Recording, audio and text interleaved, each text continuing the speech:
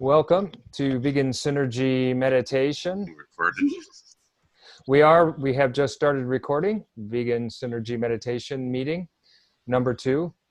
Our purpose in meeting here is to go through a process where we get into touch with our shadow, which is those difficulties or challenges or hurts or vulnerabilities or whatever is coming up in our life now as we pursue what's important to us in our life right now. And then the second phase is getting in touch with our gift, our genius, and by incorporating that shadow into our heart and accepting it fully, the life energy that's contained and been locked up in there for who knows how long, depending on how long that shadow has been out of your awareness.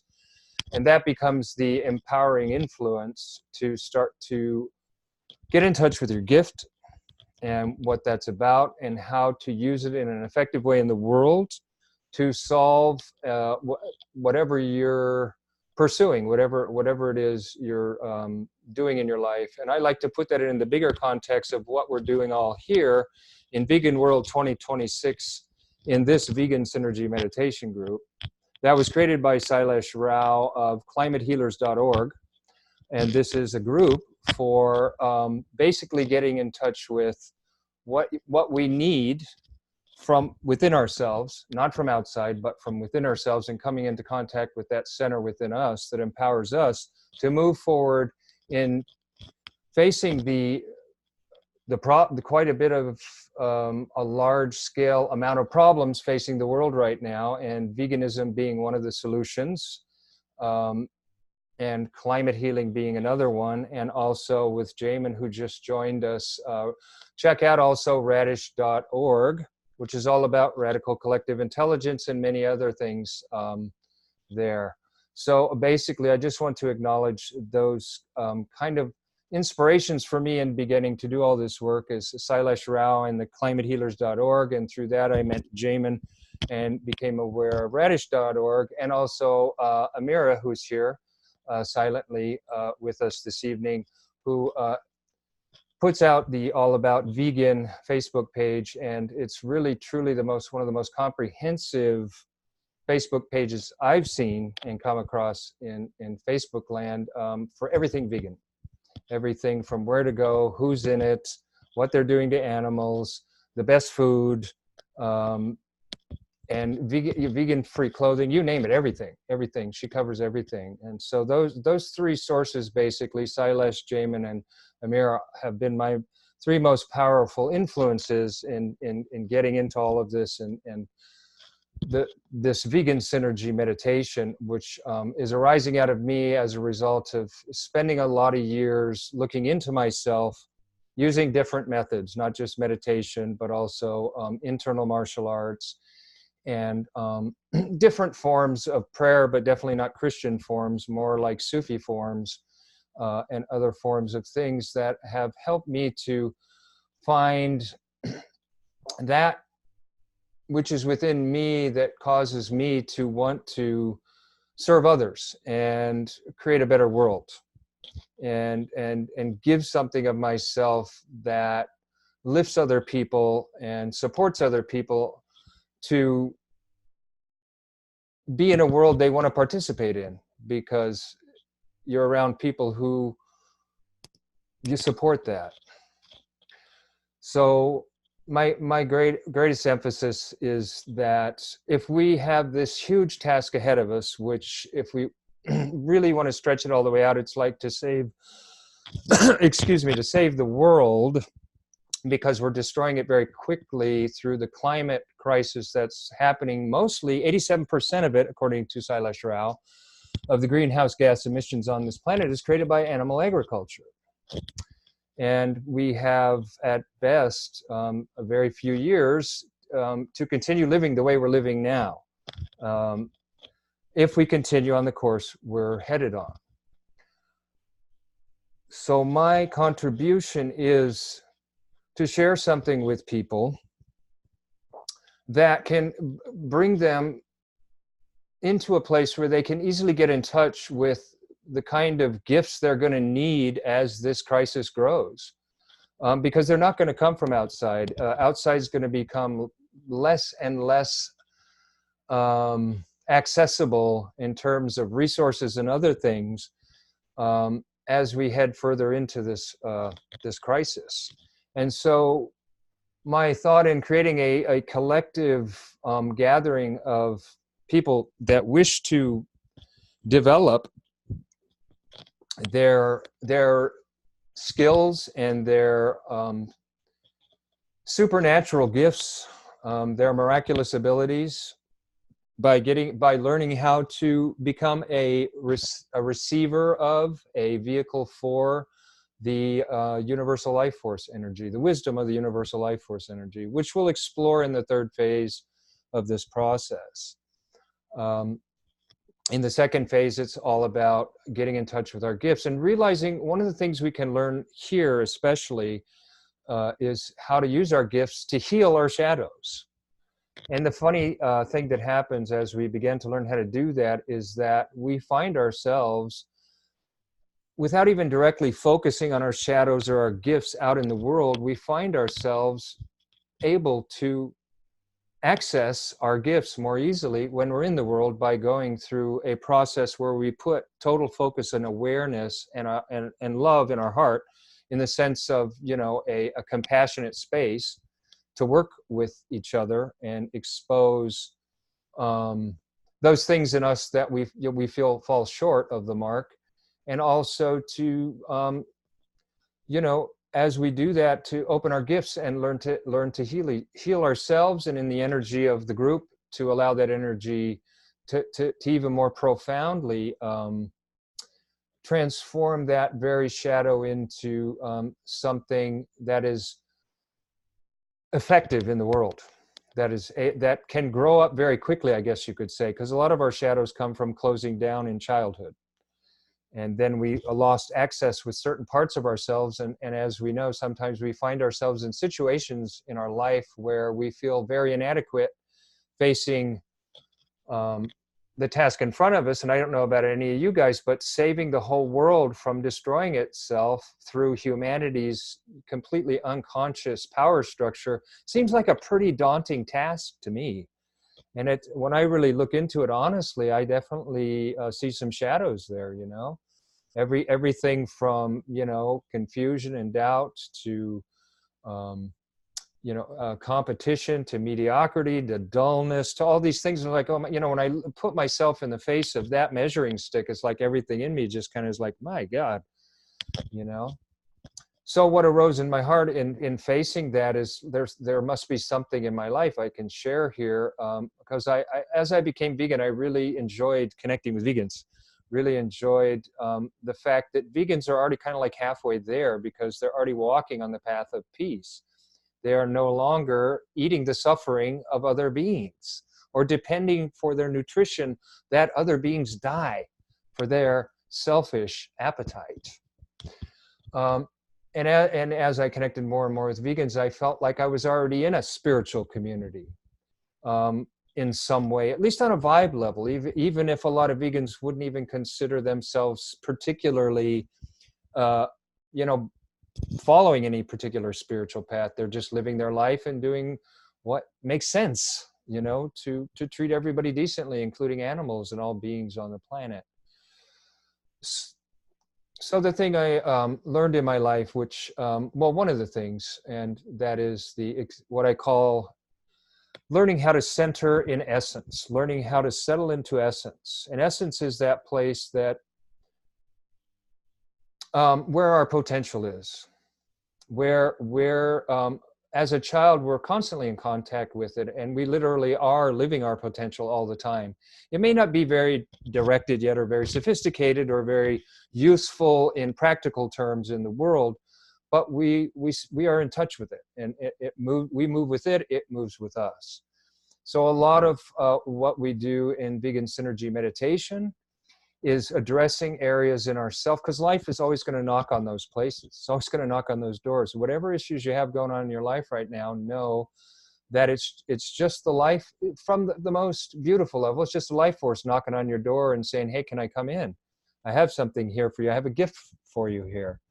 And you're just closed down to it. And since we're not taught these things in life or in school or anywhere else, it's like, we don't know what to do with that. So most of the time we just ignore it and kind of push it down. And it's that numbing ache that we just would rather not deal with most of the time, where a lot of the shadows hide.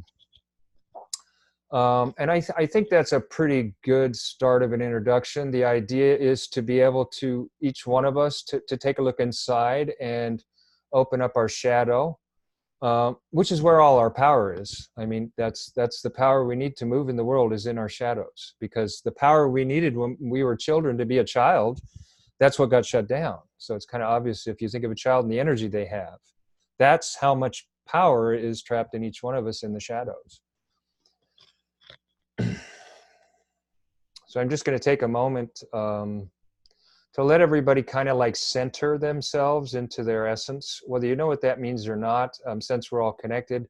If you just kind of like think of your spine as like a thermometer with the bulb right down in the wider part, the teardrop part at the bottom of the thermometer, being right where your center is, where your essence resides all the time.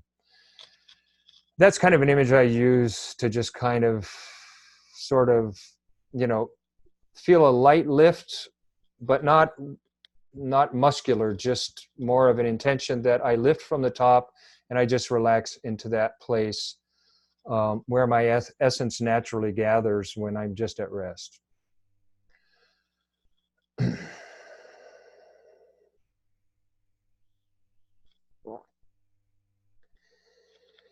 Good. Just for a moment that was. And I will start the process as always to clearly be the role model and demonstrate what the process entails. As I settle into my shadow, and let's all remember too, it's beautiful now what's happening in the collective, that we can all start to participate in an awakened energy field.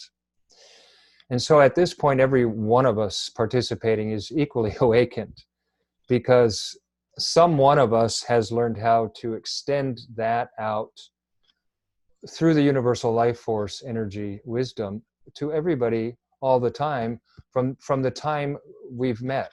So it's always connected, and we're always connected there. So as I settle into that, very big challenge for me this week was competition. I won't name names or anything, but some of you will recognize the scenario I'm going to share. Earlier in the week, I do several meetings a week, and earlier in the week I was part of some meetings of some absolutely brilliant people, very accomplished in the world, are really putting a lot out there and helping a tremendous number of people in lots of different areas. And I found myself with, looking at that, and at the time, and this is the funny thing about shadows, they can operate behind the scenes literally while you're involved in something else, and you may not even notice it until after the fact, that while I was doing all that, oh my God, this was all going on inside of me back there with whatever it might be. And in my case, it was competition. This fierce competition came up in me to want to do it, or thinking to myself, I'm as good as they are. I can do what they're doing. I could probably even do it better than they're doing. Da da da da da da da. And so I realized that was definitely a shadow, because number one, I haven't done half of what any of those, especially one individual, but I can think of at least two or three others, some of who didn't stay very long in the means, who have also done tons of stuff out there and made the world a better place already quite a bit. And so in comparing myself to them and already saying in my mind, oh, I could do better, da da da da da, then I knew I was in a shadow, because I was coming from a place of lack and wanting this kind of, and in my own mind, having this little competition and seeing these conversations I would have where I'd outdo them with my superior wisdom and all these things. You see, shadows they can be almost comical. They don't have to be terrible. But going through it is kind of gnarly, because it kind of got my whole guts all wrapped up. And we're going to do it different tonight, so just follow me, and then everybody gets a chance to do this. We're going to do it a little differently. So as I settled into that and shared with some very wise people that I'm close with, I got some feedback that was really useful to me, which the mirror of it was, you are absolutely confident at what you do, and all you need to do is focus on what you do, because what you do brings you to the table, and there's nothing else that's going to bring you to the table except that. So the shift went from competition, where it's all about who outdoes who, and in the end all you get is this little ego badge that says, look at me, I'm just really cool. But nobody else but you even cares about that. They all wanted that. But then when you shift into competence, it's almost like, the way I see it with competence is, how would I like to be treated? How would I like to be treated? And when I see it like that, then when I look at others from that position, then my competence can come out, because then I see myself serving just another version of me to the best of my ability. Because if you're really honest with yourself, all of us would like to be treated decently, and would like to be cared for in the way we feel would, work for us. And so you have to start somewhere. And it was like a lady once said to me about when I was learning massage, and I said once, I've never massaged before, how do I do that? And she said, just touch somebody like you'd like to be touched. And that really made a lot of sense. And it really started me on the road to being competent at something that I wasn't competent at yet. And it's a great way to start with something, because it just kind of opens you up to, and in that case, it was brand new to me. In this case, what the competition was, and what the competence is, and what my competence is now that I'm sharing with you guys, that's what I'm good at. I'm good at, I'm good at sharing things in a collective, where the whole collective can also mirror back to me, like that Indra's net of infinite mirrors, so that each one of you is a reflection of me, and I'm reflected in all of you. And all of us together do that with all of each other. Because as I share with you guys, and even though we're not in the same room, somehow I feel the connection with every single one of you as I tune into my heart, which is where, the gift is. And I start to feel that, and I start to realize I am worth loving, and I am worth supporting what I'm competent at. And it may grow into something is similar to what these other guys I was trying to compete with and compare myself to.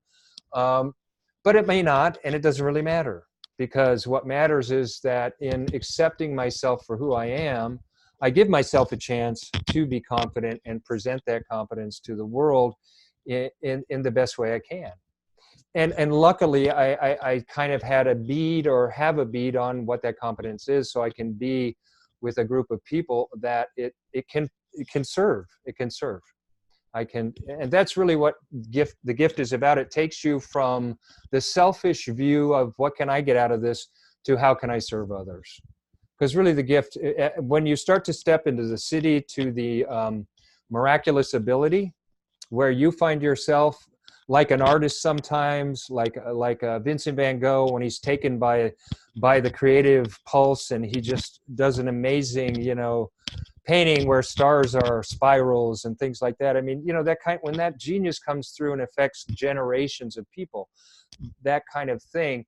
But what we're doing here with that miraculous ability, that siddha, is we're learning how to do it on purpose, instead of waiting for whenever it's going to happen just by chance, hopefully, because we're so total in what we're doing, we just kind of cross the threshold sometimes and can access that miraculous ability.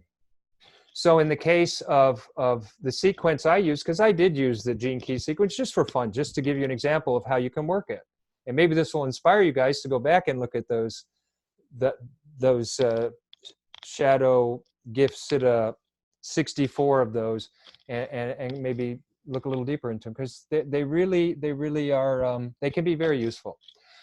So bounteousness is the siddha, that you move from competence. So what I've noticed in my life when I've been around people that were absolutely masterful, and I mean by that not just masterful at a craft, but had a mastery of themselves, and were people that could share such a deep expression of who they were that it could move people into places that those people had never been before.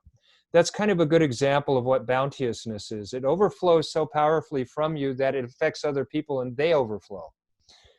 And in the moment, it may just because it's such a powerful feeling, you may not be able to grab it and say, this is, oh, this is wisdom, or this is compassion, or this is universal love, or this is, purity, or revelation, or whatever siddha it is. There's lots of them. But after a while, it just, or as you're kind of relaxing out of it and coming back to your normal everyday self, you kind of get a hit of an introduction to what it's like when you, no matter where you're at, when you connect in with the universal wisdom energy, the wisdom of it. Because really I realize it's not so much about, and I'd spoken about like higher intelligences and in different ways, but really in the end, we're the higher intelligences, and we also have a direct connection and right to interact with the universal life force energy directly. We don't need intermediaries. There are beings that are more skilled at accessing that, and skilled at accessing a lot more of it for a lot more benefit for a lot more beings, but they don't have physical bodies, and we do. So it's a little different for us in accessing it, and how do we, like, I've encountered beings that can take this kind of energy that would make us just sort of melt into a ball of mush, of blissful mush, and they can actually use it as a tool to help, vast amounts of beings.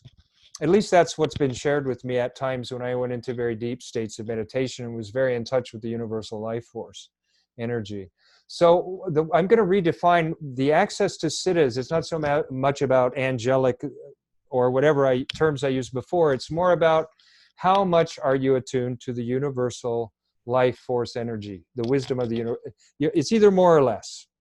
And the more you're attuned, the deeper your miraculous ability to experience yourself as a living being is. And then whatever you do, however, it usually moves you. You find yourself doing things before you even can catch yourself when you're truly tuned into that place. And a lot of times when I tune into it, I find myself, like, since I tuned into the siddha now, it is always the strangest thing for me, because I find that I am as much a witness of what I'm doing as everybody else. I'm not thinking beforehand what I'm going to say. It's just flowing through me. So it moves me.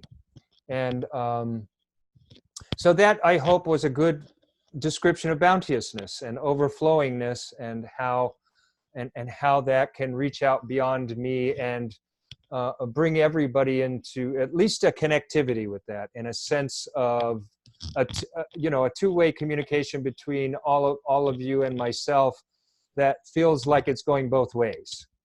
A two-way street that goes one way. I like to think of it like that.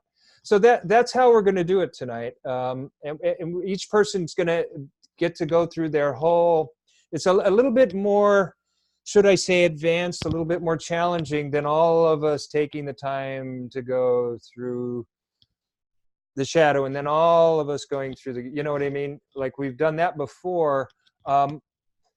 This is a little different way of doing it, but you'll find that as you work through it, it'll take you at a certain point. And so the big challenge tonight will be to, and there may be points where I jump in if I find when people are approaching this siddha that it's a bit daunting, and maybe just to, just give a little bit of touch here, a little bit of touch there, or a little push here, a little pull there, a little suggestion or something.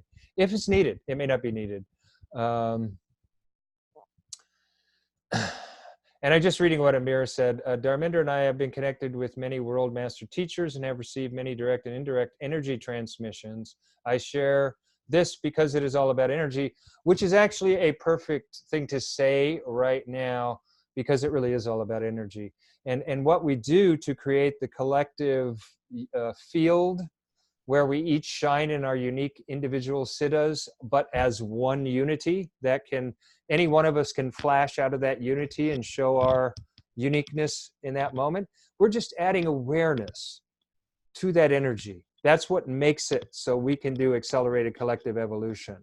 Because everything is just energy, that's all it is. And it's just a matter of how conscious you are. The more conscious, the closer to the universal life force wisdom you are.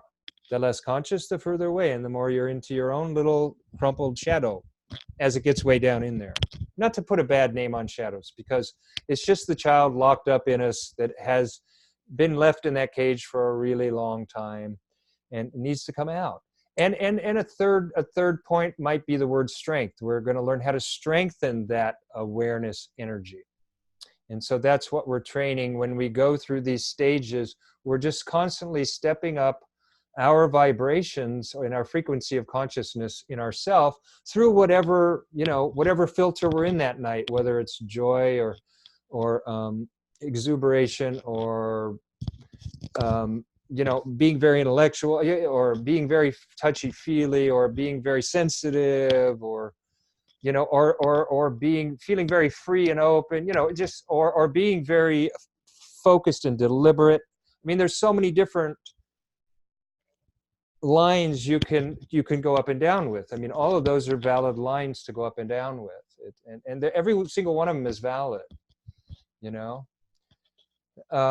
So I offer the floor to whoever would like to open space and go through all three treasures of their own experience.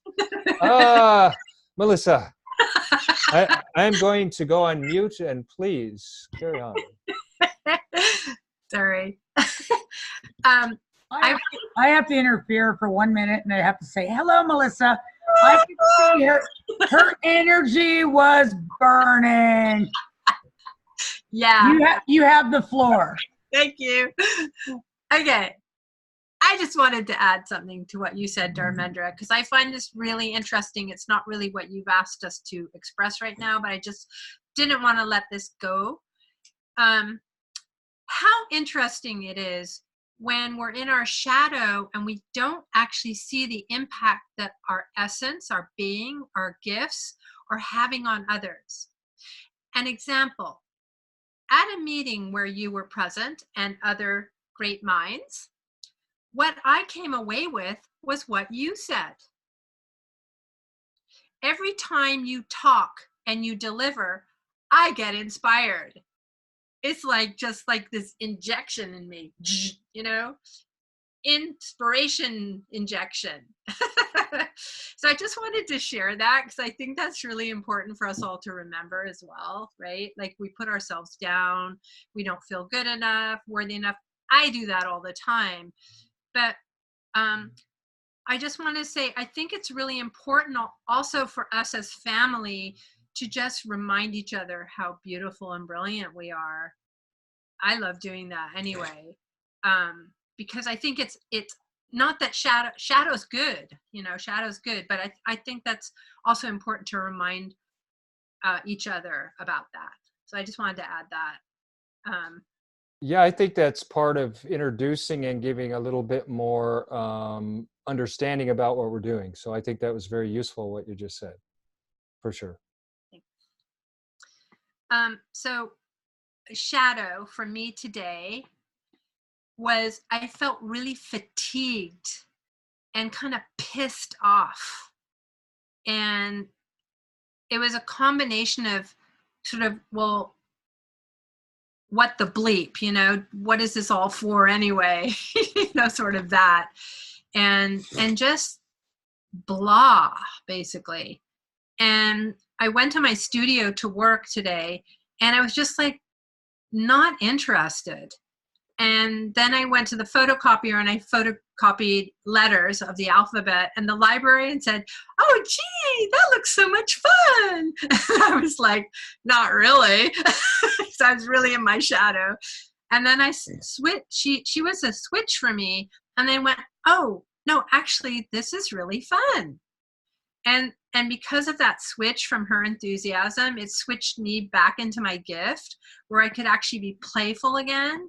And then when I got back to my studio, I was able to be that kid again and be playful and release my resistance to, oh God, not more work, what a slog, to, oh, this is so much fun. I get to be so creative and push this further.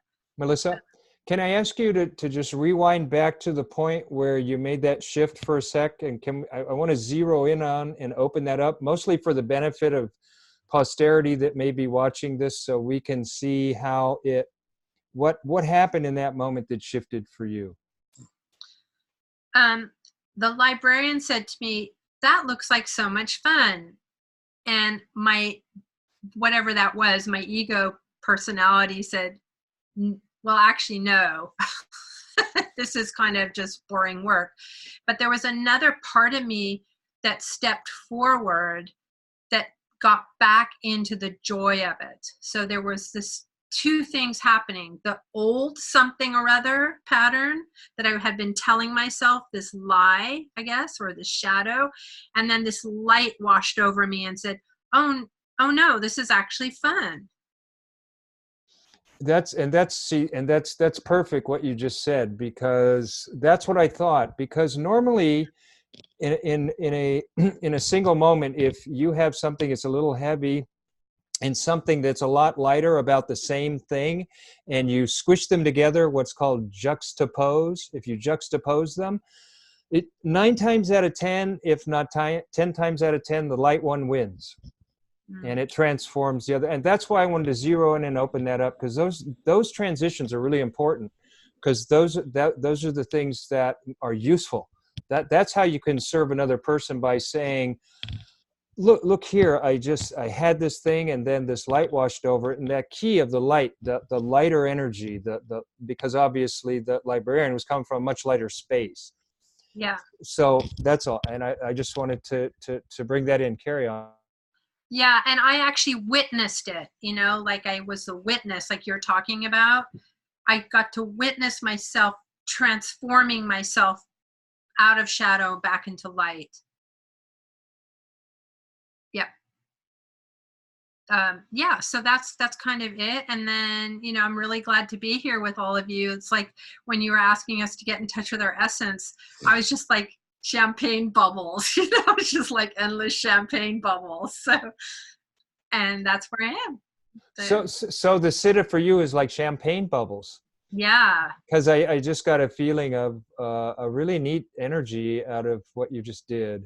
And it doesn't have to be a big, long thing. The sitta can just be for a moment, and everybody in this space is in your champagne bubbles, and we're all getting an uprush of bubbles and energy through ourselves, just with you in that moment. I know, I could tell just by the looks on the faces that everybody We're all getting them. Yeah, well, when everybody's in rapt attention on whatever you're doing, you're in a sitta, because it's like at the best concert in the world or whatever. It's that kind of energy focus. So that was beautiful. That's sufficient for the moment. So unless, and you can carry on or do whatever you want to do, or pass the baton. Thank you. Right. I'm going to go silent too for whoever's next.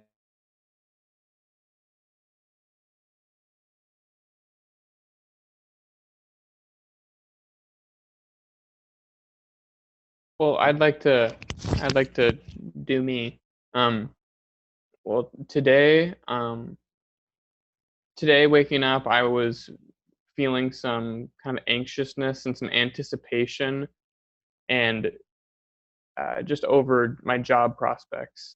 And I was just forecasting into the future, and I just started to notice how I have like 2 paths to go down, and rather than seeing how both of them can be good, I try and see how like both of them are bad. So, and I try and figure out the least worst one, rather than finding out like, oh, they both are good paths. How am I blessed like in 2 different ways? Because and just for context, I was offered a job at a salad place, but it wasn't vegan. And I was like, okay, that's okay. I'm really struggling to find a job. That's great. Like, I need a job, and it's salads, so it's healthy. And then immediately after that, immediately after I got a call, I saw an email from a vegan pizza place that got back to me about an interview. And then all of a sudden I get this like wave, I like feel this wave wash over me of where like all of a sudden now I have a decision to make. I'm like, oh, do I turn away the job and then so in the process for like this vegan pizza place has been kind of long, but it's really just because of how personal they are. And I keep on having to kind of work against my tendency to fantasize about the future and then make myself feel like a victim when things don't turn out exactly as I had fantasized them to be.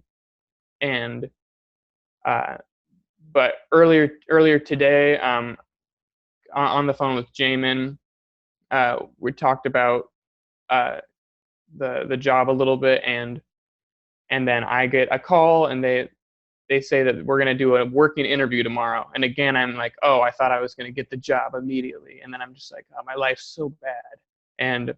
But then it's like the second that comes in, I like assume this other position of just watching. And then it's kind of just like a slap upside the head. Like, what are you doing? And then I feel like the seriousness kind of just drop away. And I struggle with the seriousness a lot, is walking around throughout my day feeling like, oh, my life's really hard because I think a lot of deep thoughts. And so I got to like hang my head low and be serious, because life is serious. And I realized that's not what I enjoy about life. And using the this chart that you had provided has really helped me the past couple days, because I've been able to find the word specifically, and then and seriousness led me to delight, which I've always loved the word delight. And I was like, oh, okay, that definitely fits like my temperament when I'm having a good day. It's like I just walk around and it's like nothing really bothers me. It's just like, oh, it's raining, no problem. Like, I'll take my shoes off, why not? And it's just like and so I felt earlier in the day just letting go of what the future was going to be kind of gave way to the seriousness and allowed me to just delight in the world around me and just like enjoy being alive, which I naturally enjoyed doing. So that's been what's on my plate. Okay, would you like to go on a little journey with me into an experiment to see if we can provoke some ecstasy, the siddha of that sequence? Sure. Okay. So first I'll tell you a little story, and then I'll use that as a way to lead it in. But one time it was kind of a particularly deep meditation where a vision came, and they didn't come very often, but when a vision came, it was one of those things. It wasn't vague and fuzzy like a dream. It was crystal clear like this, but even more so, kind of like a lucid version of everyday reality. But it happened when my eyes would close, it would be there, and it didn't go away for about an hour. And so I started to move around this space that had this pin drop silence to it. And it was absolute. It was made of substances I had never seen before in shapes that I don't even know if I could describe, but it was absolutely like perfectly organized. It wasn't like it was misshapen or, loose or flimsy. Everything was where it needed to be, perfectly aligned to everything else, but in ways that I had never seen before. And as I wandered around a little bit, I noticed in the very center of this space, there was this like clear half dome in the floor. And as I walked up to that half dome in the floor and stood in front of it, all of a sudden, this living flame appeared before me. I won't even describe what I thought it was yet, but this living flame.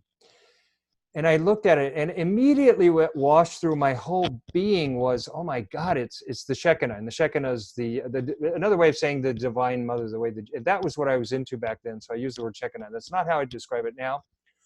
But I said, oh my God, I'm in the presence of the Divine Mother, right?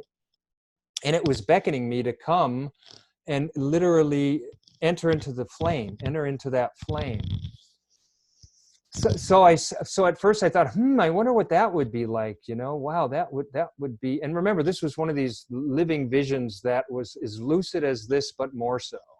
So I wasn't dreaming it up. I wasn't laying on my back. I was actually sitting up. I was perfectly lucid.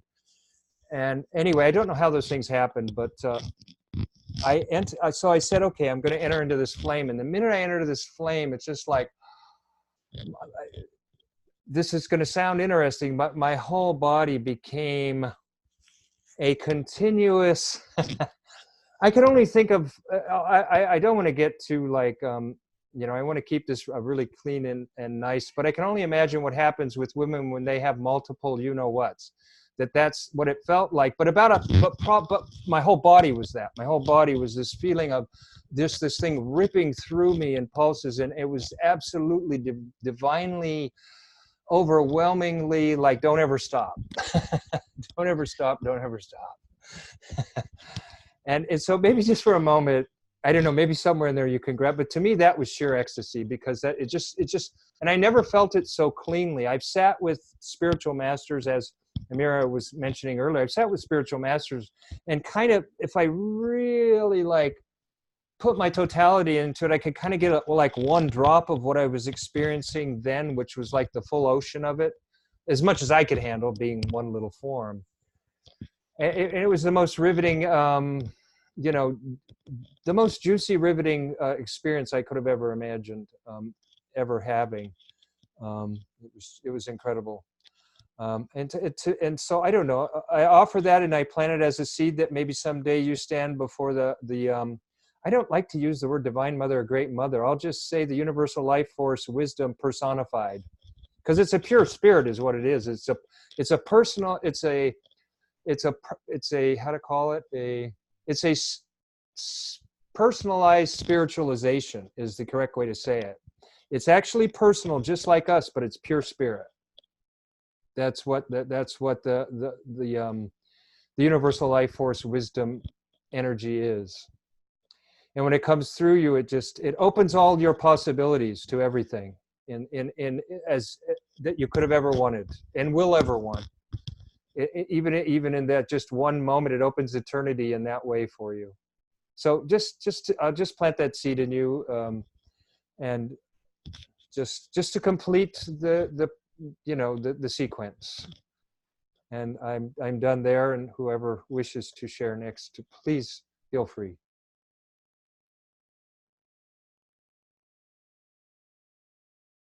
I'll go for it. This week, Evan, I'm like right there with you right now. I started work for an environmental agency this week, and this was my first week. And yesterday, towards the end of the day, I was informed that it was pizza night at the office, and was asked if I ate dairy. I said no, and was later brought into a kind of a review with my manager, and was asked if I was going to be going to this pizza night. And I said no. She asked why, and I said, well, there are no vegan options at this pizza place. And I was then compelled to say that I thought it was hypocritical for an environmental agency to force pizza with animal products, with meat and suffering. This is all beside the point that we all know that veganism is one of the best things you can do for the environment. My heart rate was off the charts. I'm not sure if what I said, what the energy was of what I said. It kind of like went white in my mind. The hypocrisy of these people, and knowing that, like, I might be fired within the first week for confronting my manager about hurting animals and pointing out the hypocrisy in what they're doing on a day-to-day basis. And maybe 15 minutes later was the end of the day. I walked out of the place thinking, like, what the fuck am I doing? What system am I living in where, in order to make money helping protect the environment, I have to hurt animals? Yay, you're becoming an activist. I am, Amira. It's all kind of coming together right now. Welcome to the club. It's gnarly. Thanks. And that's why I wanted this. I'm sorry. That's why I'm going to say one thing and I'll let you go, but you get to be called a terrorist. I am officially a terrorist. Carry on. Totally. And that's kind of it was this feeling of how do I support myself within the system right now without compromising my values in one way or another. And that's kind of what I'm struggling with right now. I ended up coming back, immediately during my walk to my car to drive home, which is a hypocrisy in itself, driving to an environmental job in a car. All I could think about was, coming home and hugging Suzanne. And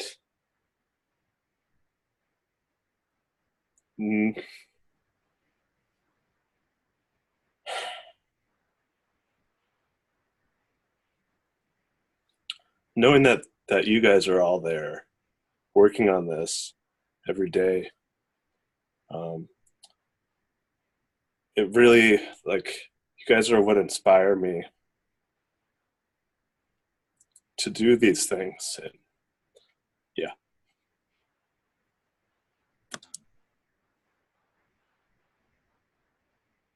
You just smoked that one, Benjamin. And that was a really good how you do it, really quick, really slick, and really easy. You took it all the way up, right up through the sitta. That was beautiful.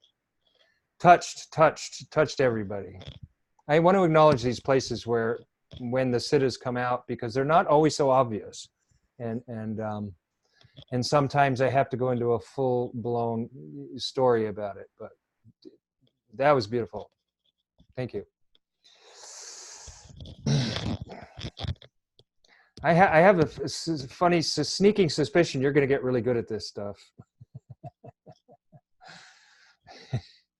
Can I just offer a little thought here too? Benjamin, I love you and I love your sensitivity, and all that pain you were carrying was really powerful, and thank you for sharing that. I'm also an activist, as you guys know, around animals and all species, non-human species. And I've confronted people often about this, even though they are aggressive with me. And I'm just thinking, could we become enthusiastic about confronting people and find a joyful, playful way of introducing the subject to them, rather than it being a burden for us? I'm not saying that it's not going to be a burden for us, but I'm just thinking there are ways to move mountains, right? It is done, it can be done. And so maybe think of yourself as a mountain mover, you know. I know that just was what was coming to me. And just for the sake of the meeting this time, because of the theme of the chart I brought out, Benjamin, I felt you did a beautiful example of the 19th key in that chart, which goes from codependence, which basically is how you're struggling with your job in a sense right now, and then into a beautiful sensitivity and Amira came in and said, your activism is now, you know, you're welcome to the club. And then I felt you took it right up into sacrifice. To me always means you're interconnected with everything and you're willing to do whatever it takes for the benefit of the whole. Just the way you took it up at the end and touched everybody. I don't even know what you did. It was more of an energy thing than anything else, but everybody was just taken right up into that. And I thought that was a beautiful example of what you said. And then Melissa, I felt like you brought a beautiful like sidelight on it with enthusiasm, which is what you do when you stop being indifferent. You shift into enthusiasm. And then that can lead you, enthusiasm can lead you into, well, you become versatile and you find, like you say, many different ways of approaching the subject and you become more and more until you become masterful with it. Where I think of Sailesh Rao, just the way he presents his stuff, he's pretty masterful at his subject. I mean, there's no doubt he's got it down. So, but just because of that chart I showed and to connect things in, everybody's kind of using that track anyway. Even, I mean, you can't help it. It's in our genes anyway. So if you start at a certain point, it's going to kind of go through that track or pretty close. So I'm just pointing that out because this is being recorded and will be public. So just so people can have kind of like reference points throughout and that I offer as useful stages along this journey we're having together tonight. And I just want to say thanks for your comment, Melissa. It's hard to see the future where I am enthusiastic about it, but I know that I know it's going to happen, and you know, I am where I am right now, and I, you know, there were 1,000 ways I could have said what I said in the moment, but what came out was what, you know, where I'm at, and I'm looking forward to being able to be enthusiastic and approach it from all sorts of ways, and be tactful about my words and bringing this issue to light. May I?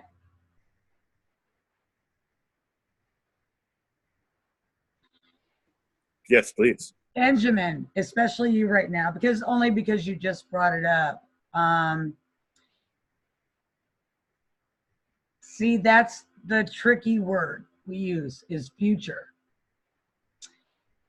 Well, it took me decades, I mean, of meditation and work and groups and God knows what to get to a place in my life to where I actually understood what it was to be in the moment and live in that.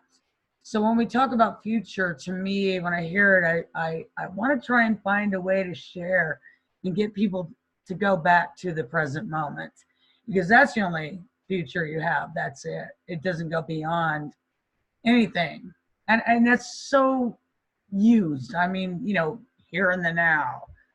I mean, enlightenment. I mean, all that stuff is so overused that nobody really you know, my thing in life is I want to get people to embrace that side of themselves that already resides, that they're coming home to that place, you know, the place you forgot about when you were born. You know, all that goes out the window, and there we go on this weird ass journey.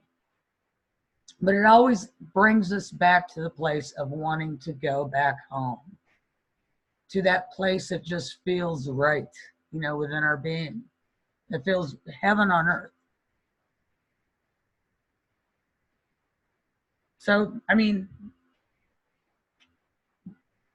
if I were to it's not really a shadow, but it is definitely a dilemma to get people to hear that and take it in and want to act upon that. You know, it's like, yeah, doesn't really work that way. But that's where I would say that, you know, you have to rely on being in the moment, you know, and that's the only thing we have. If it works, it works. If it doesn't, it doesn't. Did it work for you? Did it come from the right place? Did it come from your essence, your being, right? That's the only thing that ever matters in any moment of anything, any journey, any day, any decade, any century, any whatever it is. You know, that's the only thing that matters. And Evan wants to speak. Right, Evan?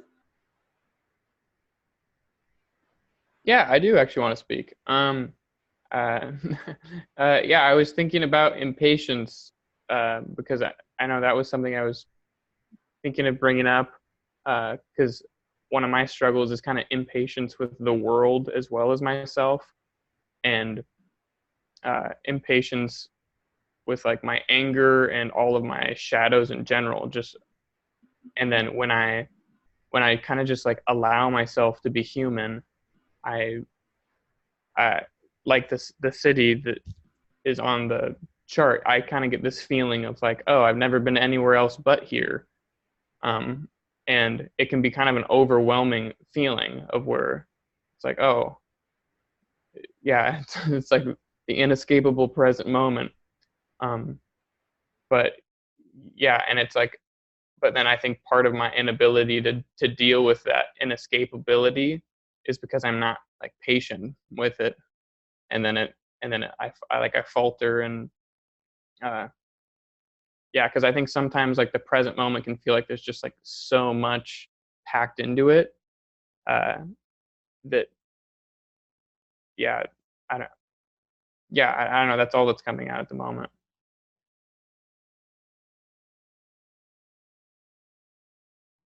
So a couple different things for the record. Amira was she was mentioning what she was mentioning, and it brought up me thinking of the sequence of deafness that people don't hear a lot, and then insight and sharing your insight in a way that can be received, and then the siddha of epiphany, where you literally like enter into the vision you're having, which is the ultimate condition. And it's not so much that you enter into anything different than you're in now, but your perception completely is transformed so much that you literally are in the kingdom of heaven, right where you're standing in whatever you're in. That is the ultimate epiphany, is that. But we're dealing with that deafness so much. And so I just wanted to acknowledge what Amira was saying about that sequence of shadow, gift, siddha. She was saying she didn't know if there was a shadow, but what she was hinting at the lower point of it was the deafness, that people just don't want to hear you. They're not interested. And until you really, but I've watched her so many times when she tunes into somebody, the insight just comes. She just goes right in, and then the moment kind of opens up, and then we get into the impatience, patience, timelessness, and then the moment's everywhere. But then it kind of opens up, and then all of a sudden it's as if, my God, how did we get here? How did we get transported into this place when just a few minutes ago we couldn't even listen to each other? You know, so just it's kind of interesting how sometimes things can open up in ways you don't expect. Even the present moment can become something that, instead of being so full, becomes so boundless, so that there's infinite space to feel like you've got all the elbow room you need to enjoy whatever's in that present moment. When it gets packed in, then that's when it gets challenging, because then because you can have a very huge present moment filled with all kinds of shadows, and that's a pretty scary moment when you have to go through that, when all your voices of all your conditioning is talking at you from every different angle in all around you all at once. And then it's a packed present moment that's not very much fun. But that's really what deafness is, though. Everybody's talking all at once and nobody's hearing anything. That's kind of what deafness really is. That's the world we're trying to, you know, share our insight about what's going on the planet and the veganism and why it is so difficult, you know. And sometimes patience, beyond the impatience of that energy, which is pure impatience. Nobody has any patience or time for anybody. I'm too busy, get out of my way. I got to do what I got to do. I'm more important than anything around me, you know, as opposed to when you just stop for a moment and really start listening, you know. You'll always find a way to connect. The insight will come. And it will just show you. You'll look right into somebody and just know exactly what you need to say. I mean, that's how life works. When you start to access something that's, you know, more from your genius than from your shadow, or get lost in the shadows around you. You know, it's always when you come back home, you start to get in touch with your gift. You know you're in your shadow when you're not at home, when you're anywhere but you. When you're anywhere but home, then you're in your shadow, because you're lost in something that has nothing to do with you, that isn't you, and it was stuffed into you in a way to make you look like somebody else because they weren't comfortable with the way you were being. So be like me, which is all fucked up and shut down and shut up. And don't do that anymore. You're not allowed to be alive like that, you know. But anyway, so yeah, that's becomes very, very, very intimidating when you're a tiny little guy with all these giants around telling you to shut the hell up. You're not allowed to do that. But then it's almost in reverse as a vegan, because you're coming a lot more from your heart in a lot more mature space. And you're almost like dealing with a bunch of beaten up little kids out there that just want to eat all kinds of things that have been slaughtered, that have been, you know, horribly abused and murdered and cut up and, you know. And that's what angry little kids do. Have you ever, angry little kids just rips and tear stuff up? They're like little demons. So that's a way to turn it around too. Sometimes when you're in that shadow, you can also look at it from the perspective of, what does a shadow look like when I'm in a gift? And how do I deal with it then? What do I do with that? The whole world out there is a great big shadow we're dealing with as vegans. Because the very beginning of vegan is a gift. It's a gift to this world. It's a gift. We're already in a gift frequency. We're already that's why I say that the journey's halfway done. We've already moved from the shadow to the gift. There's only one more step to the siddha. We're already halfway through the journey. So, I mean, it's, you know, beautiful. Hello and welcome, iPad. I don't know your name because all I see is iPad, but welcome.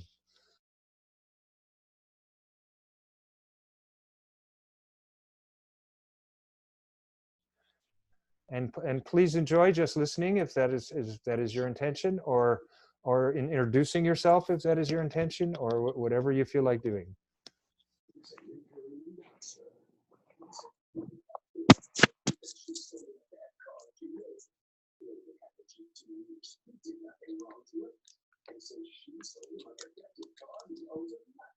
So anybody else feel like unraveling their story through the shadow, the gift, and the siddha?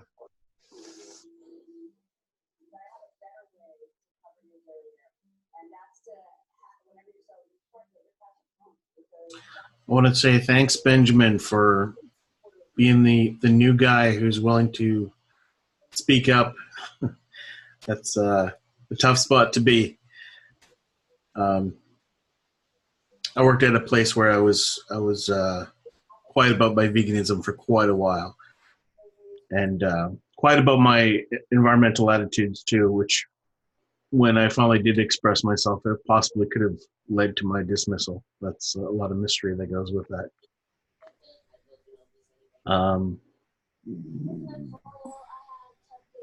I think that it really helps to recognize that we do all these things as individuals, but we're also part of a movement. And when you almost always a solution to take a step back from the situation and look at the whole. That's one thing I really like about Sailesh Rao's teachings, is that he's a systemic thinker. He starts with a knowledge of the internet and systems. So he's sharing that and applying it to real life situations, including the systems of our Earth, and being able to take a step back in these situations and think, if you're part of the vegan movement, the vegan movement has put you in this place where you're amongst environmentalists, and they need to hear your message, and they got a dose of it today. And you have hopefully have enough time to share it with them in a bunch of different ways, because there's as I said, there's the up close, there's the taking steps back, and the truth is the truth, no matter where it exists. Whoever chooses to embrace it, eventually it is revealed, and we've definitely got truth on our side. One of those things I mentioned last week that I live in kind of a state of detachment, and I've seen on the spectrum of consciousness, dislocation is as a shadow, and I think that dislocation that I experience sometimes allows me to engage in things. It allows me in a hyper focus to work on the kinds of projects that I work on. That's a benefit, and sometimes not always a benefit in real life. And that kind of autopilot sometimes allows the ego to take a little bit too much control. Usually the ego has one rein. Sometimes it'll take both reins and do a lot of the steering. So I think there's a lot of different kinds of ways that comes back to bite me. And there's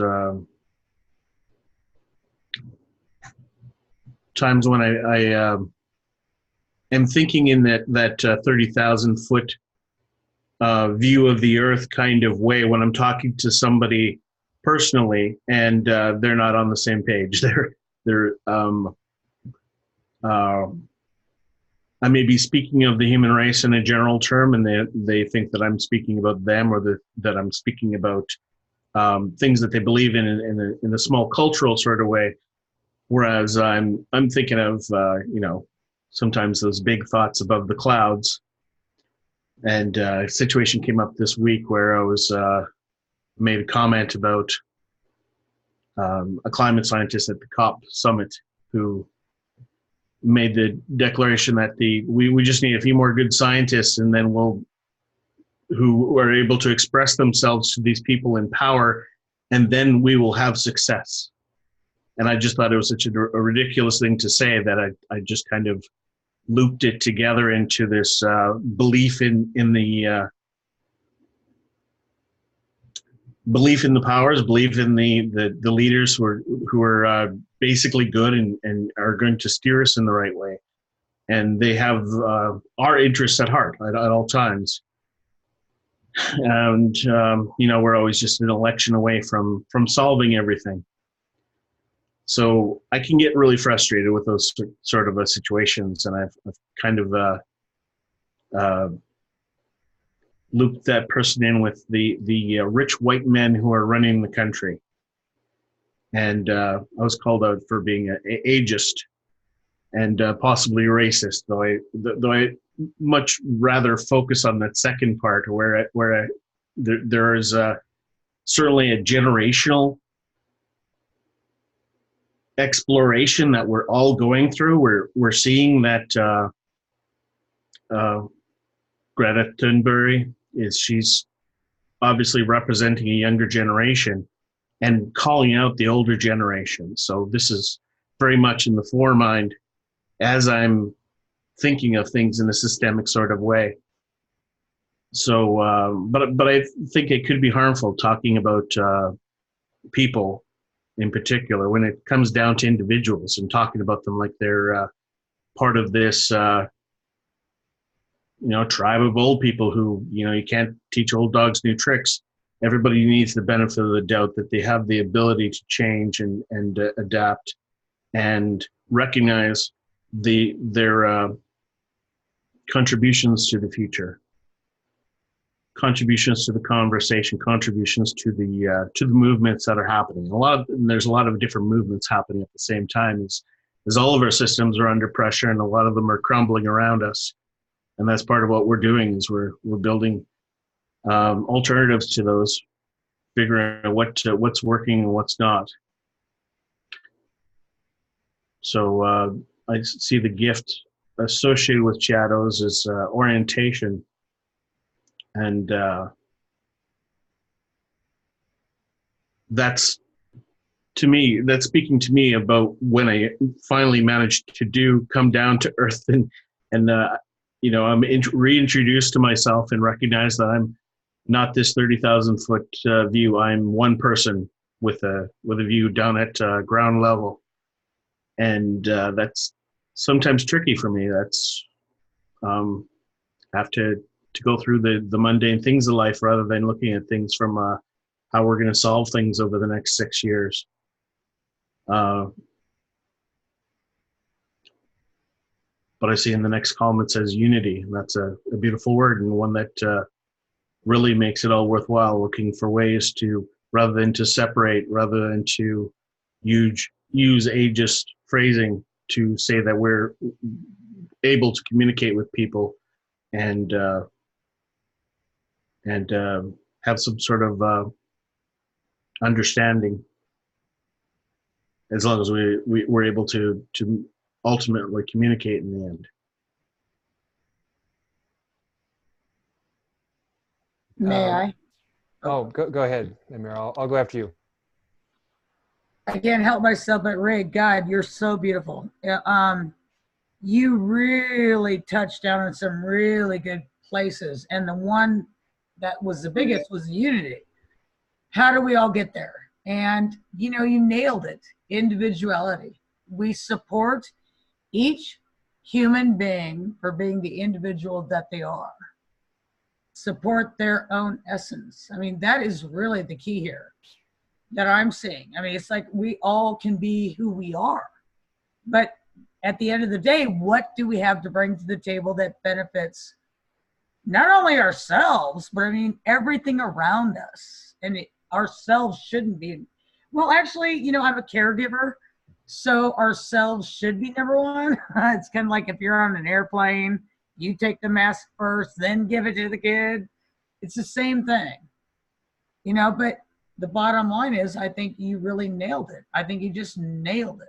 I heard that it was all about individuality. It was all about, allowing each person to be themselves and graduate. Well, we don't have a lot of time to graduate stuff right now, but we do have to kind of step on the gas a bit. And I think you nailed it, and I'm going to bow out and let Darminder take over. Thank you. Thank you very much. Yeah, that was a nice reflection. So Ray, just a reflection, since I've met you, and it's fascinating that you took the course of dislocation orientation to unity, because just what you're doing with the Basecamp platform, and it's like my experience of coming into that thing was like, whoa, this is different. I feel totally dislocated, and then I slowly start to orient myself, and I got all I need to do is ask the the master planning coordinator in charge of Unity on Basecamp 2020 Vegan World 2026, Ray Kowalczyk, and he'll get me going in the right direction and put me right where I need to be. So I really feel like not only were you just talking about something, I actually feel like you're living it. You kind of do give me that sense of orientation when I'm there, and when I look at what you're doing with all of it, it's kind of like that's what's keeping it all together, and that's another aspect or facet of unity, is what keeps everything together. We usually look at it from the oneness aspect, but not from the keeping it all together, the glue that keeps it all together aspect, and keeps it all connected, and and keeps the lines of communication going, and says over here for this and over there for that, and oh, you're doing this, so we can put you over here. You know what I mean? So that's just a fun little reflection. Since I've met you, I think you've really done a fascinating orchestration of all of that whole thing, which implies all three at once. Because I'm sure sometimes, like you say, you feel like you have to really get far back and look at the whole thing to really get a good take on it before you can zoom in and be that person who has certain controls that you can operate, and to try and make the unity a little more tangible for all of us. Well, now I'm experiencing the opposite, where the person-to-person communication, I can handle this. This is all, everybody's saying nice things about what I'm doing. But when I take that, step back to look at the whole Basecamp, I'm so far behind. There's so much on my to-do list. It should be so much further along than it is right now. But I just got to take things at one step at a time and work to my strengths and try to increase the strengths that I recognize I've got failings in. Well, hopefully we can all catch up with you soon, so it won't have to be such a lonely view up there at 35,000 feet, you know? Hopefully- Exactly. I was going to say that too, because my friend, we follow you on Jane Unchained. We see you all over the place. And the work that you do for animal rights, come on. You're like, as far as I know, in this whole group, and then some, you're the head honcho of the activists. Oh, You know, I've been to some vigils and bear witness and done my protests and marches and walks, but not enough. Well, you know, lately definitely not as much, and I would like to do more, but you are definitely, you know, don't ever for 1 second think that what you're not doing is huge, because it is, because we see you. I see you on Jane Unchained. I mean, I know who you are from there. So, you know, that's so good to hear, because for the last 2 years, I've had a job that's largely working from home, working in activism, which makes me really excited to be able to contribute my energy 100% towards the environment, to animals, to our future. And I talk all the time about how I, you know, look for that opportunity to pivot whatever you do into the things that matter.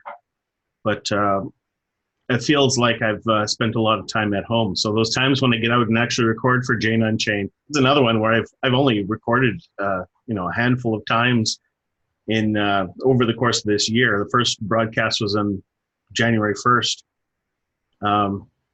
And I feel like there's so much that I've missed. But we see you, I see you, and you're fabulous. So, you know, just know that. Well, thanks a lot. It's good to know that there's people watching. Yep. Could I add something, Dharmendra? Okay, let me just add something real quick, just for the record, about what Amira was just covering and reflecting on another aspect of Ray's is the sequence from intellect to precision to impeccability. It's not just talking about it, it's showing up and being very defined in what your role is and what you do. And being impeccable means just going above and beyond consistently with whatever you're given, and so that you become a role model for others and an inspiration in the work that you do. That's impeccability. You become that role model that people can go, that guy there, now that guy there, and just we're all working on catching up with you there, Ray, when it comes to that. So. That guy there we've seen on Jane Unchained. So bravo. I just wanted to add also, Ray, that which I see in you is when we turn up in our essence, or as our essence, or however you want to put that. Even if people don't agree, they can feel it, you know? And I find that every time I turn up and I'm myself and I'm doing what I love doing, and it's with my commitment, my impeccability, and my passion, it does touch other people. And so that just was coming to me while you were talking. So thanks for turning up and being you. And yay. And I can vouch for that, because Dharmendra talks highly of Melissa. So he loves his connection with her, the spiritual connection they have. So that's because she's a white witch. Yes. Like you. Right, I know. Actually, I don't know if I shared this story with you guys, but when I taught for 3 years at preschool, and one of the little girls came skipping up to me one day and she goes, "Teacher Melissa, are you a witch?" And I went, "How did you know?" And she goes, "'Cause you look like one." And I go, "Shh, don't tell anybody, but I'm a good witch." And she goes, "Okay." And she skips off. That was a magical moment. That was fun. Thanks for that one.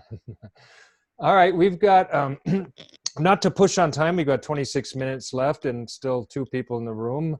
Oh, and I just realized the iPad at the bottom of the screen is my sister. It took me a while to realize it was her because it was kind of distorted in there. Hi, Kelly. Are you kidding? Are you amazing you showed up for this meeting? Yeah, there she's, her head's moving. Is that slowly. Kelly? Yes, it is. It's Kelly Gordon. Oh my God.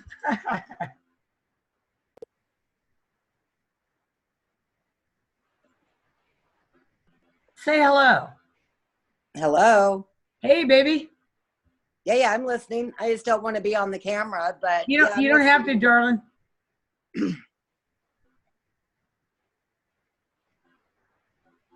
I'm just enjoying your guys' conversation. Glad you're here. We love you. I love you too. Okay, carry on, Dharmendra. Yep. Thanks for tuning in, Cal. I'm honored that you How sweet is that? popped in. That's cool. All right, so back to now 25 minutes, and we still have 2 people. Jamin, I don't know if you're going to share tonight because I know you're not feeling real well. No, I'd love to. I'd love to. I want to hear from Jamin. All right. Yay. So, well, first of all, I want to ask permission. Can I comment on other people's kind of shadows and what's coming up? You can always, because this is the land of reflection. So Yeah. remember that thing about reflection we came up with last week, or I joined and it was already up. That's always a facet of all these vegan synergy meditations, because the root of meditation is about witnessing, and witnessing is about reflecting. So there's always, and we're a collective, so we're allowed to reflect as if we're just looking at a different facet of the mirror reflecting us. So of course you can comment on other reflections of you that you see out there. Okay, wonderful. Thank you. Thank you. So this was stimulated by what Ray was talking about how, oh, I've got so much more to do. And yet the way that we relate to Ray is, oh my goodness, Ray, you're just rocking it, rock on. Can you imagine a rock star on the front of the stage saying, well, I'm about to do another song, but right now I'm just kind of feeling like maybe I'm not enough, come on, dude. Anyway, so, and Nolan, I just want to ask permission to share about our interaction on Tuesday morning, if I may, related to that. Go for it. Yeah. Okay. So Nolan, who's an absolute rock star in our world, just doing so many incredible things, Tuesday morning shared with me that he was feeling like, I'm not organized enough and this isn't going fast enough and all that. And I said,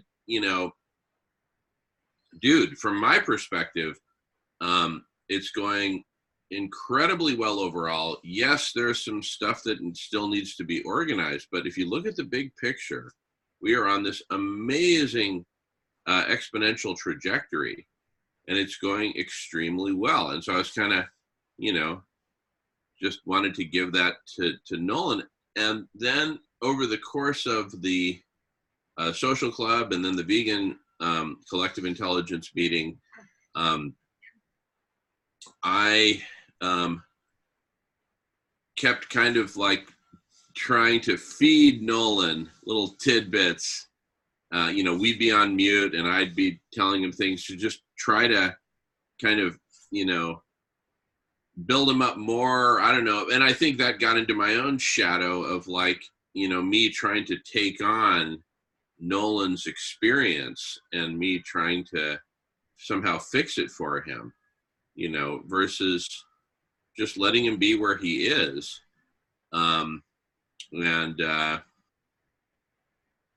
Anyway, so for me, I just wanted to share that for starters. I've had so many shadow things come up for me this week, and I'm also sick, getting over a cold or flu or something, and so I'm just a bit low energy, and also really enjoying listening.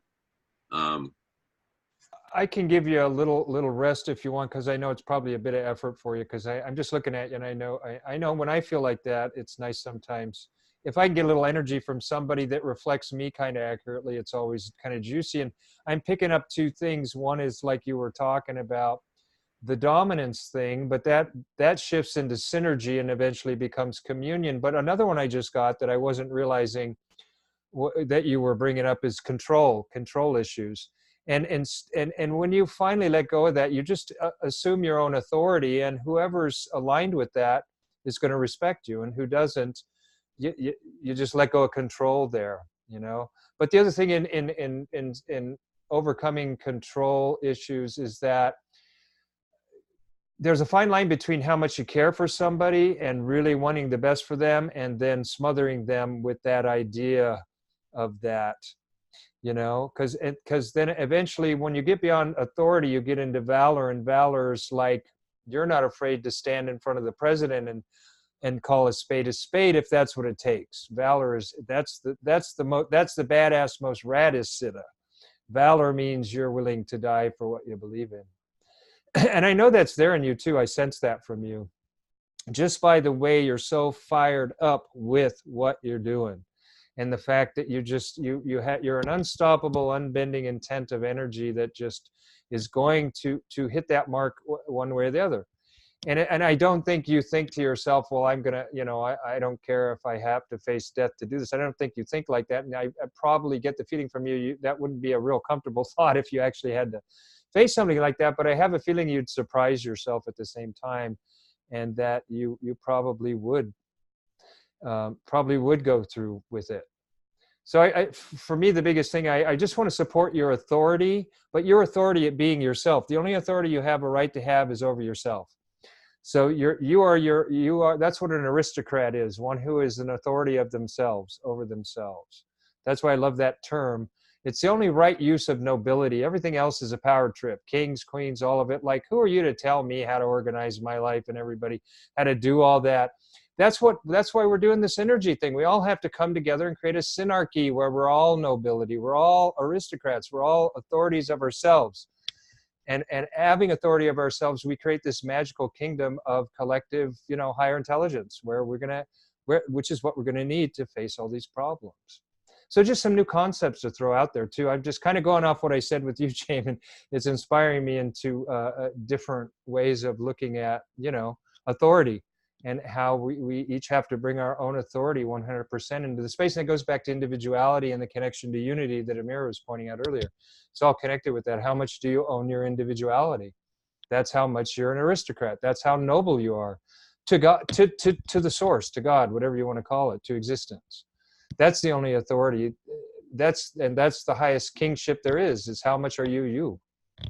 That's the only one that existence acknowledges, not how much you control others or tell others whether they like it or not, and create oppression and oppressive systems. Bah. That's a hierarchy. A synarchy is where we're all the best at what we can be. And you know, we hold space for each person's nobility, for their mastery in the moment to express what they have. And everybody becomes, you know, the listeners and the learners when that person is expressing. And then it shifts to the next one. So that it's never stuck anywhere. Nobody's the permanent boss, because that's where that's where the problem is. You know, we're all an expression of source is what it really comes back to. We're all an expression of, if you like that word God, we can use that word, because I'm sure there'll be people sometime down the road listening to this that will relate to it that way. I call it source or existence, you know, or the absolute will, that which has decided to bring everything here and into existence. However, so I hope that graced a little bit and played with some of the siddha and the gift and the shadow. So you could take a little break there, Jamin, and I could do you for a little bit. I'm teasing. I couldn't do you, but it was fun trying, and, you know, just giving you a little reflection back. You know, just giving you a little reflection back in an honest way. You know, don't forget we started with control trips, so don't forget that. Just kidding, just messing with you. Yeah. But anyway, so if you have more to say, go ahead. Otherwise, you know, I just wanted to let you rest a little. Yeah. Well, and then on to the gift. Like I said, there's a lot of shadow stuff that we worked on yesterday. You and I and others. Benjamin and Ann Nolan, Melissa. I did a lot of shadow exploration yesterday. But on to the gift, and if anyone wants to bring up any of that stuff, please do. But one gift that I'm present to is, as I've been working on kind of this outreach to this ICE 9/11 SRM organization, I've just become really fearless in, as you say, Dharmendra, just putting it out there. Boom, unadulterated. This is what needs to happen. We need to get all of these organizations, ICE 9/11, the Mir Project at Harvard, Vegan World 2026, all organizations, Sierra Club that I'm affiliated with, all organizations together in a collective intelligence to figure this out. And I've just been having this wonderful flow of being able to express this in writing and in preparing to send out these communications. And we'll put this on the homepage of Radish, and, you know, just being fearless, valor. And I'm sure there's some other good stuff in there too, other gifts that are coming up. But anyway, I just wanted to share that with everyone. And great to see everyone.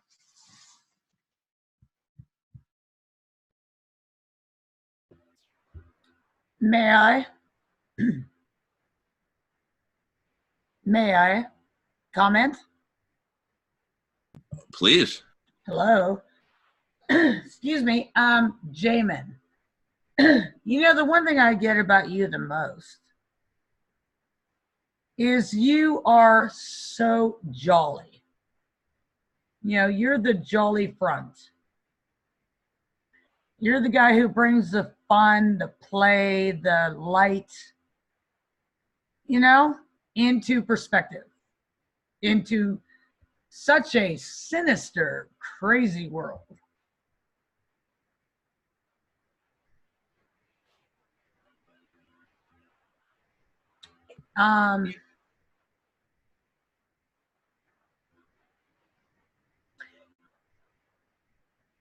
That is all so needed. You know what? I'm going to back off this one because I feel like I went out of, you know, like I overstepped here. Actually, if Jamin, you would ever want to connect one-on-one, that might be the way to go, because I kind of feel like I have a message to convey to you, but I don't feel it's appropriate to do. It's not a bad thing, it's a great thing, but you know what I mean? Well, I welcome it either now or one-on-one, whatever it feels right to you, Amira.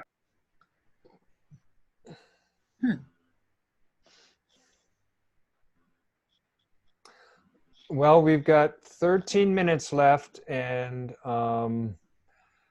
Jamin, was there more you wanted to complete with your sequence? Not at the moment. I just know there's a lot more work to do, but you know, part of my shadow work is not being under the influence of substances when I have especially if I'm going to be leading an important meeting. But I think for the vast majority of meetings, that needs to be a guideline for me. And then also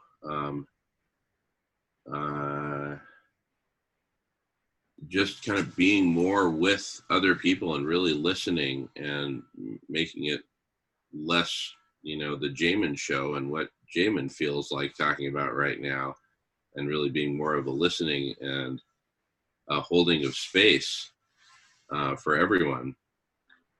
Are you open? Yeah, very much, very much. Because you just nailed it on the head.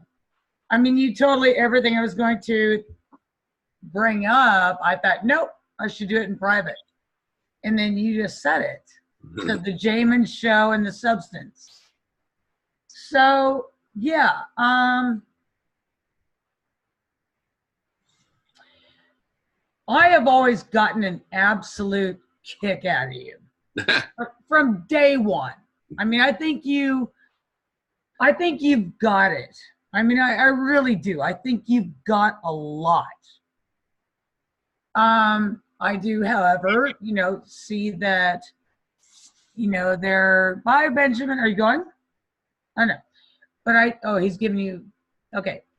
I don't know the hand marks and all that. I'm thinking everybody's saying goodbye, but Jamin, I always felt with you, if I may, and correct me if I'm wrong, but that you try too much to be the showman.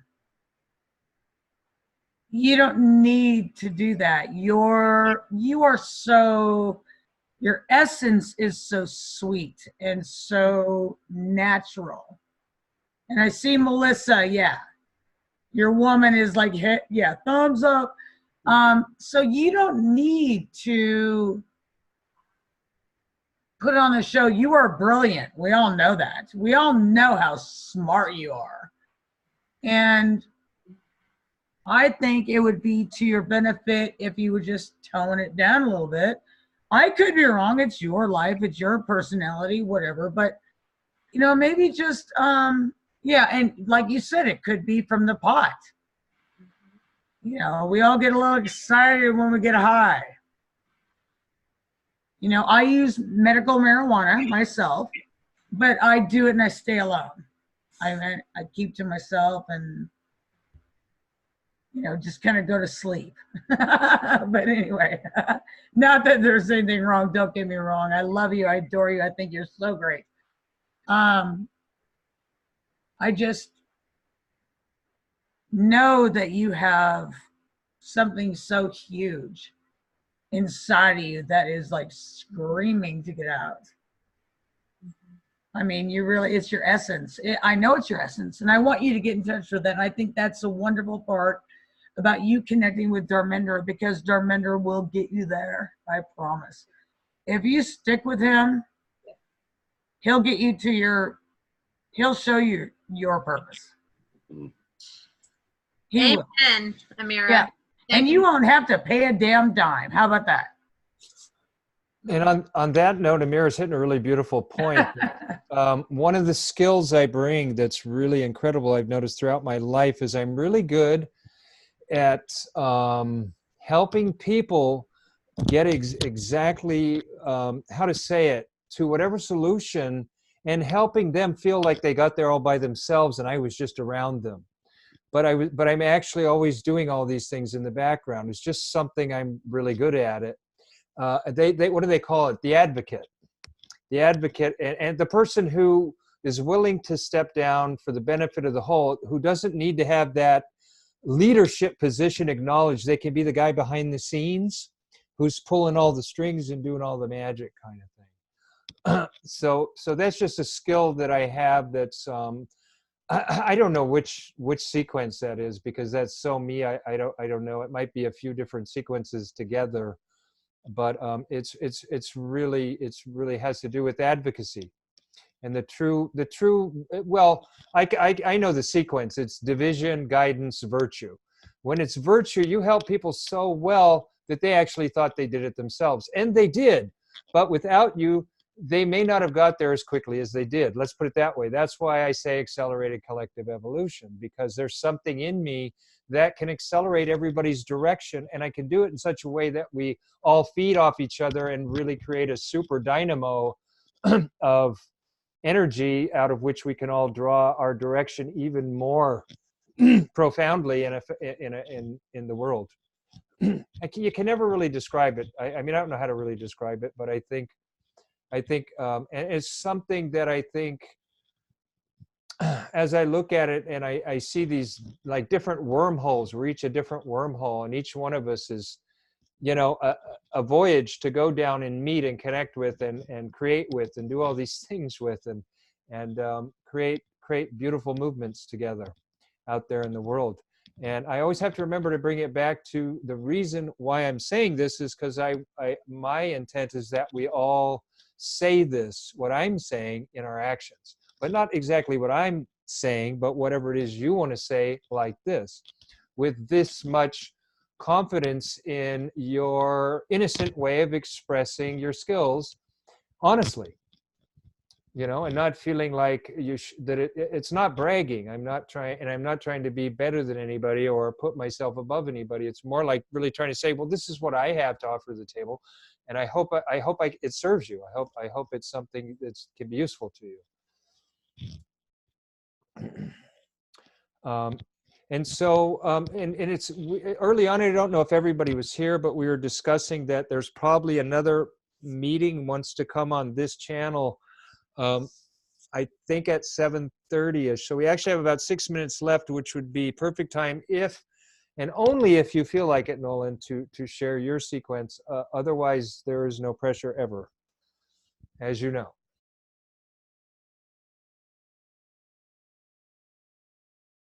Well, I think mine feels weird in this context because it has a lot to do with how others perceive me and how I set up myself to be perceived by others. I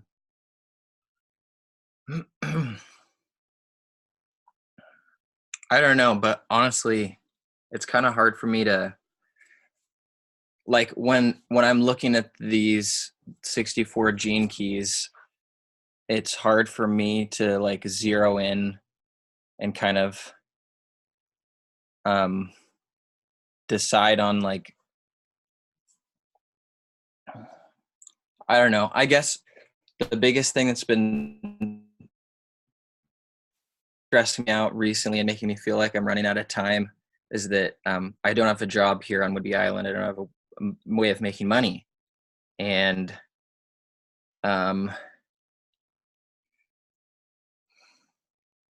basically until that is figured out, I am having a hard time, unless I'm really focused on something else and lost in it. Then basically when I'm at a crossroads, or I have like I'm freed up and I'm having to decide where to go next, I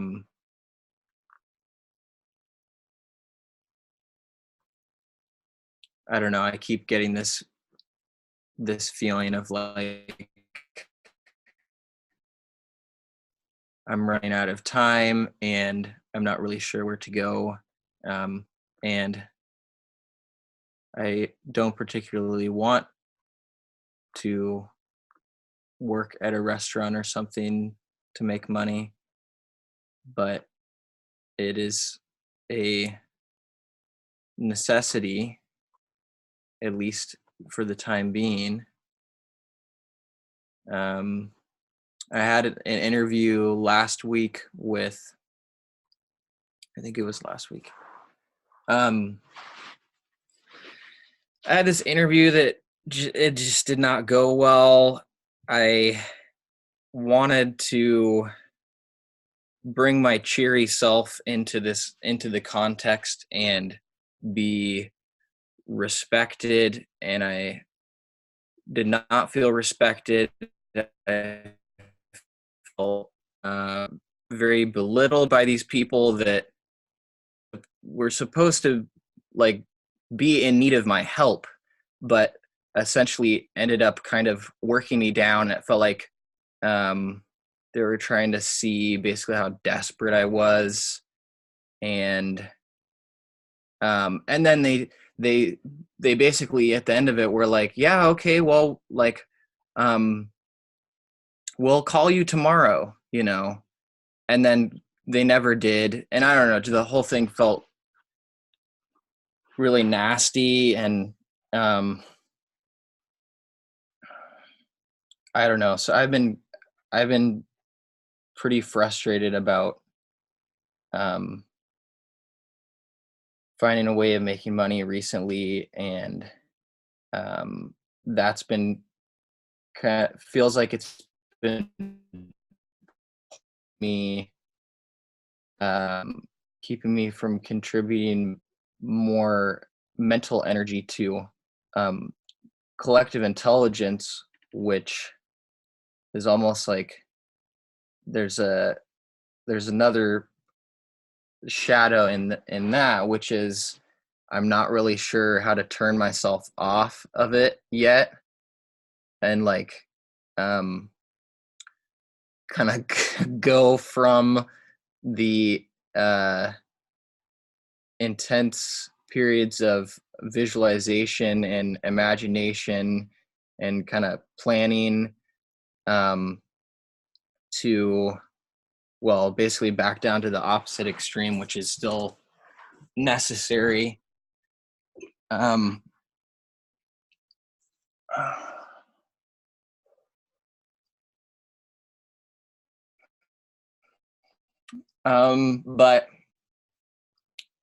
But the pressure from all of that has been motivating.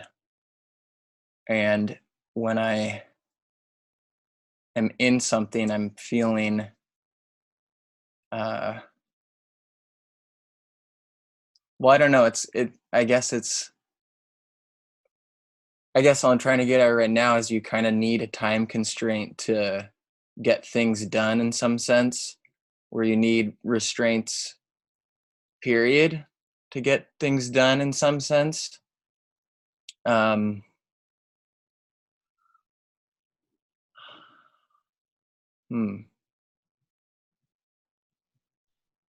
I think you're finding your solution right now is what you're doing. You're tuning into the right sequence. Because it's only when the water's still will you be able to see your reflection. And then you'll know what you're about and know what you need to do. Restraint, yeah, stress, restraint, stillness.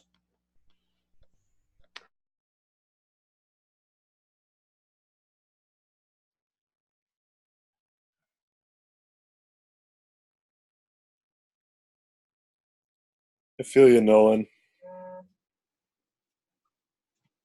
I'm there. Both Suzanne and I are there right now, like trying to figure out how do you live in this while trying to be, involved in solutions to what you're trying to exist in. Gee, and I thought I was the only one with a problem all along, but it looks like we're all cracking a hard nut here. Nope, I feel you too.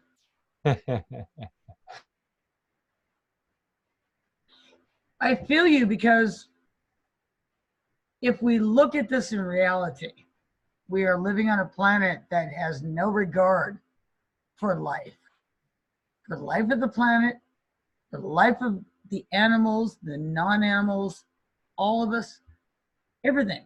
Not non-animals, we're all animals, but you know what I mean. I mean, really, we have no regard. We don't have regard for our water.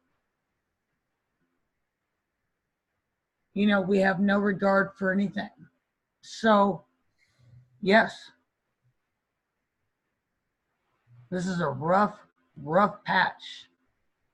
And thank God, and I don't believe in God, but that we can connect during this time. We all want to make it better. Yes, Benjamin. Yes. Thank you, Evan. We all want to make it better. We want it to be so much better, but we don't know for sure. So the one thing I have to offer up in all of this, Melissa, yummy Melissa, and yummy Jamin. You guys are like the sweetest guys in the whole freaking world. All of you guys are, but anyways.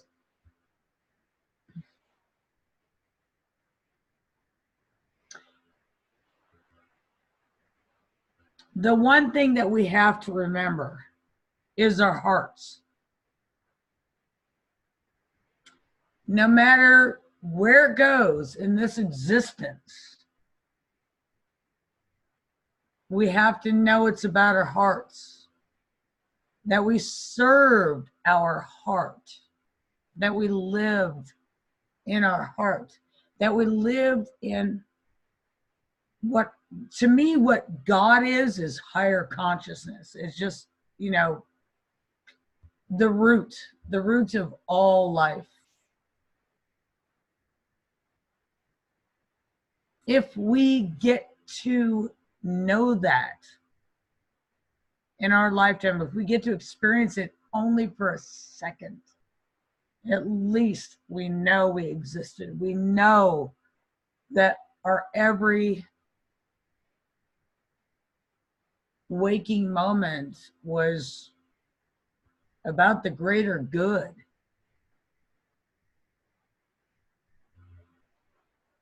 You know, that we get to leave this planet with love in our heart, you know, in spite of. Now, if I may, Amira, that's Yes. beautiful. Hawa, thank you. And I just wanted to bring in some light here along with what you're saying. And Nolan, what I would love to do with you tomorrow, because what's coming to me when I'm hearing you is that you're not part of the community yet. And we need to get you to be mingling with the community here who then can support you. So you're not just this unknown quantity or entity. And so what I would like to propose to you tomorrow, although I was supposed to work, I just feel like I would love to offer this to you if you'd like to do that. I will take some hours off tomorrow and let's go around town together. And let's go bug the shit out of them. That sounds like fun. And let's make sure and set as our intention that by the end of the day, you've got a job or at least some interviews. And let's go do it, man. Let's just go mingle, you know? Wow, Yeah. talk about gift work. There you go. That's gift in action, man. Gift in action. And if we have to walk across the ferry and go to Mukilteo and do that, I'll accompany you too. You know, we'll just go do it. We'll do Langley, we'll do Bayview Corner, and we can do Mukilteo. And let's just get this done. You can get on with what you have to do. We all got to have jobs. That's just chop wood, carry water, whatever. You know. Good one. Yeah, exactly. We also get to do fantastic work, right? So. Yep. If you want to do that, just let me know, baby. And because we're just about at the end of this now, we got a little over, and that's okay. They'll get over it. I'd like to bring this to a close. Just and it's funny that Amira says she doesn't believe in God, but she's the one that introduced me through Reiki to the universal life force wisdom, not just the concept, but also the actual experience of the feminine expression of it. And so, and I think, and more, it's what's taking over this world is that energy, the universal life force wisdom. Just that's another way of saying the Divine Mother. I like it better because it puts it in action and it's tangible. So what I'd like to do to end the meeting is if we can all just take a moment like we did at the beginning and get back into our little thermometers with the little round bottom part right at our center, and the spine is the thermometer. And we started with the, you know, I kind of visualize it that the little indicator stuff, the mercury in it was at the bottom. And now what we're going to do is slowly coax it to go all the way up the spectrum to the very top, so we can get a kiss from the universal life force wisdom energy. Let's just all for a moment do what we're practicing to do here, and that is just to all of us just become one through our bellies, which is our being, which includes our heart. It's the home of our heart. It's the origin of our heart. It's what our heart is here to express.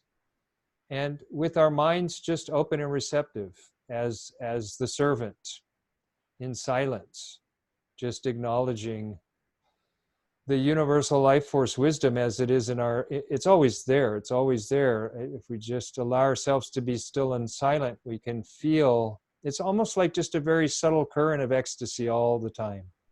Maybe even bliss is a little softer word for it. Ecstasy is maybe a little bit excited, whereas bliss is a little just more released into being. So if we can all just be in that for a moment together as we come to a conclusion for now with our collective interconnectedness.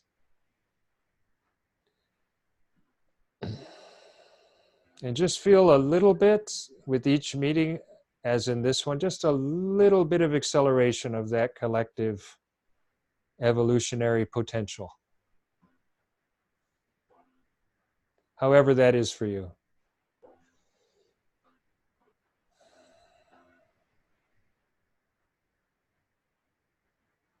Yeah.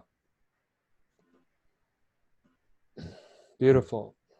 It was just for a moment. There was a beautiful spin there in a moment where everybody's center was connected. Very beautiful.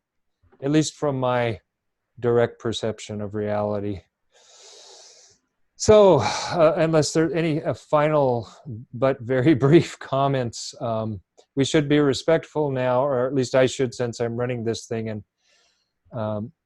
end this and let everybody get on about the rest of their evening until next week. Well, and sooner with, well, probably all of you for other meetings throughout the week.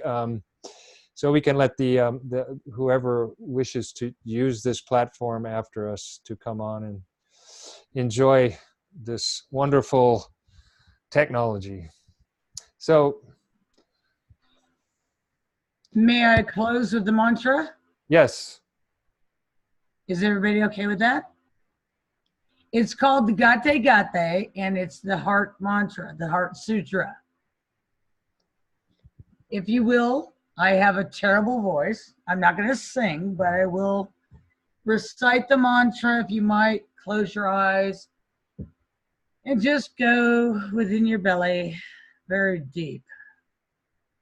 Just breathe so deep into your belly, into your solar plexus.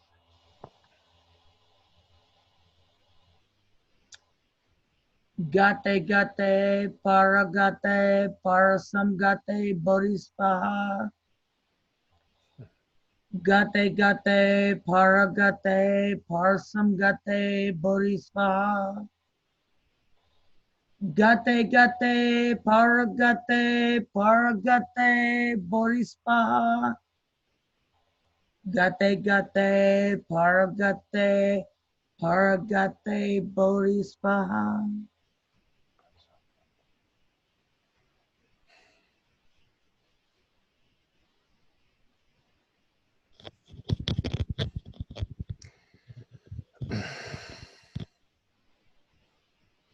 Until next time, guys, take care. Peace. Thank you, Dharmendra. Thank you, Thank you. Dharmendra and Amira and everyone. Thank you, Dharmendra. Love that vegan, Ray.